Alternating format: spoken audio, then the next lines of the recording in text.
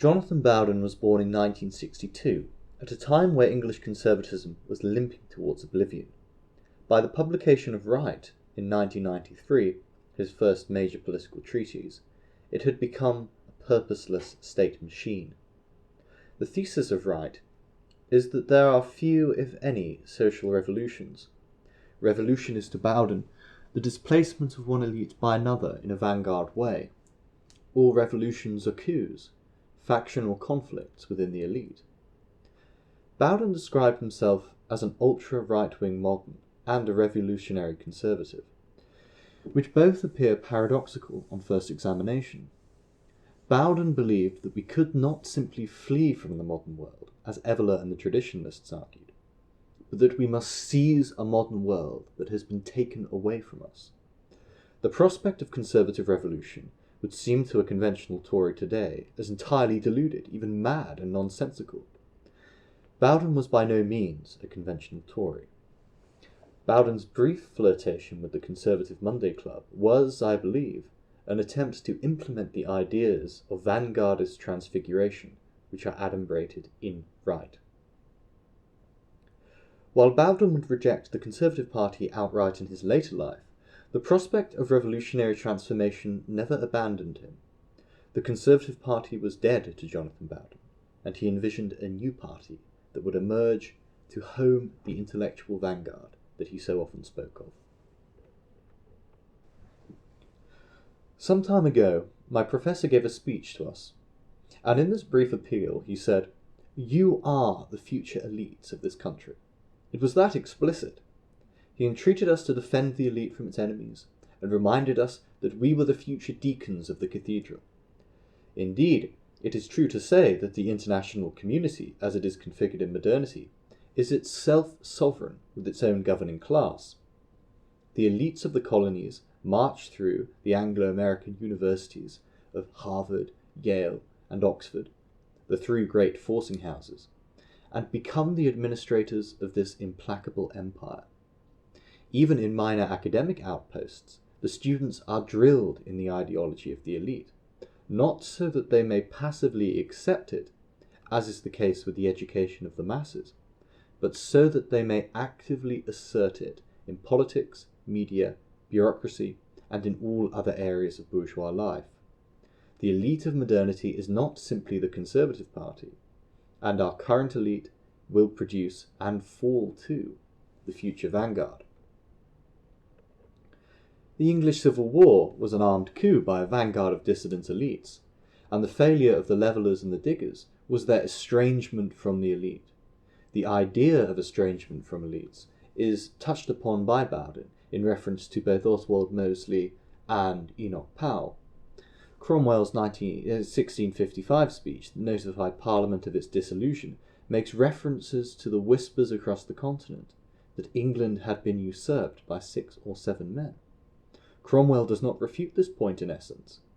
Further reference is made to the levellers and the restorationists that are unified only in their capacity as conspirators among the masses.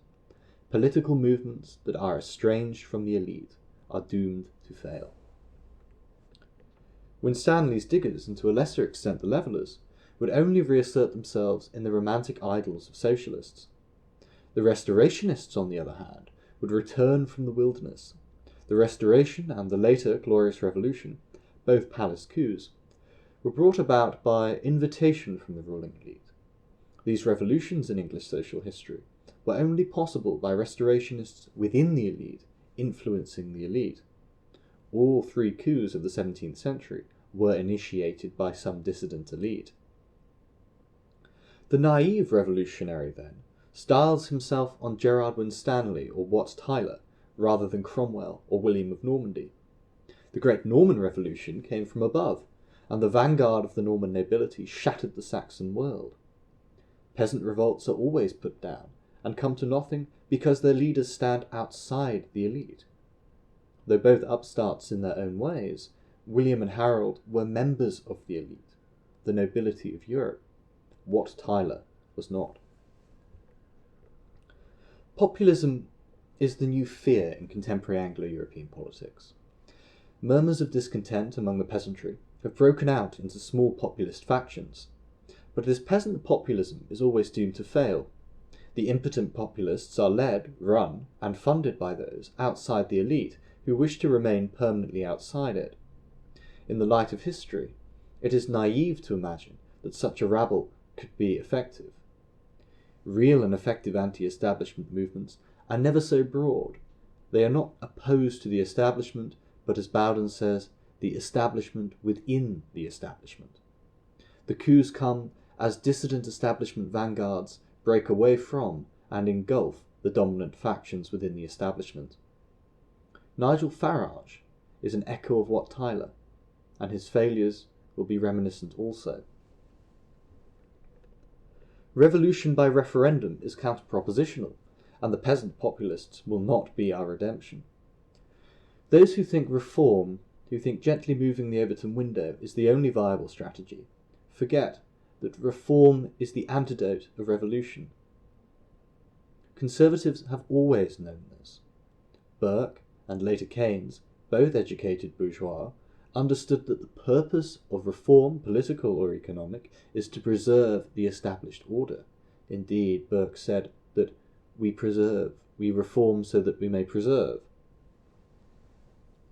Communist revolutions never occurred in the developed world because the reforms of the 19th century sapped communism of its energy and denied socialism its revolutionary possibility. Populist reformism trades a handful of inconsequential concessions in exchange for the slow death of the right. 30 coppers and a few lines uttered from a battered book are payment enough to satisfy the low taste of peasant populists, but vanguards are not bought so easily. A populist party in itself is not anathema to our cause. However, it can only succeed if led by a true demagogue. The populist party can be, and should be, no more than a temporary instrument of a concealed vanguard. When the party has a foothold in the democratic parliament, the vanguard should reveal itself and mount a political coup against the ruling elite.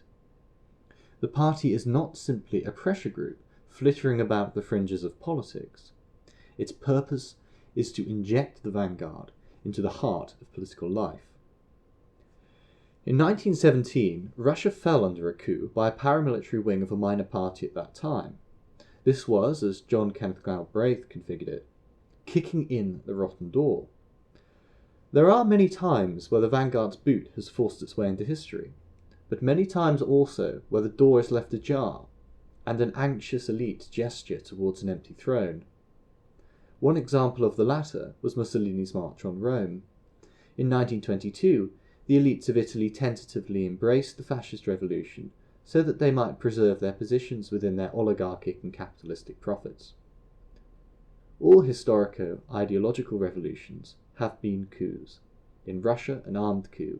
In Italy, a palace coup. The right has failed because it has lacked a vanguard. The soft right are blown about by the winds of popular opinion, and the far right by their leaders.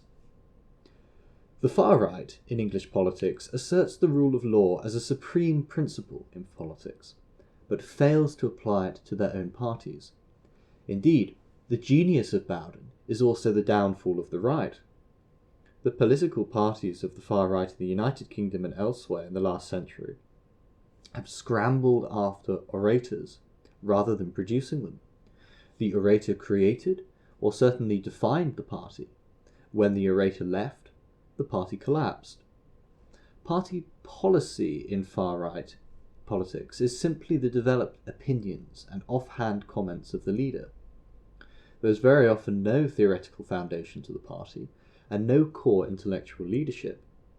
The party faithful are content enough to attend the leader's speeches and enjoy the spectacle of the party, which, with neither the revolutionary will to seize power nor the intellect to comprehend the purpose of the seizure of power. This obsession with oration has driven the far right into the political wilderness, as orators necessarily estrange themselves from mainstream parties. The far right is weak, fractured, and disorganized, now at a time when the right should be on the threshold of power. We squabble amongst ourselves when we should instead be poised to seize power in the tumult of the next great crisis. The far right has a glut of orators and despots. What it needs are organisers and ideologues. A vanguard that asserts the rule of ideological law over the despotic whims of a leader is what is required in our current circumstances. The far-right despotic parties can only achieve minor or regional success because they lack the ideological and organisational steadiness to grow beyond a certain size. The major parties do not fall for these cults of personality, and instead have strong institutions and organisational structures. The populist party that Jonathan Bowden envisaged, then, would not simply be a collection of politically incorrect opinions, as it is much better to have a few principles than a multitude of opinions. The populist party would be a vessel to contain the vanguard, and would ultimately be beholden to it. Even if the party failed, the ideas of the vanguard would be so powerful that all political life would be altered by them. The future vanguard will be cut from granite and will see further than any other men. They will manifest neoclassical tragedy, though while incarnating past classical heroes, they will only go backwards, as one does before taking a great leap. Neither pessimistic nor doubting, these titans of history will live in the white heat of revolutionary zeal and integrity. They will be prophets of a new millennium. Jonathan Bowden was one such modernist prophet.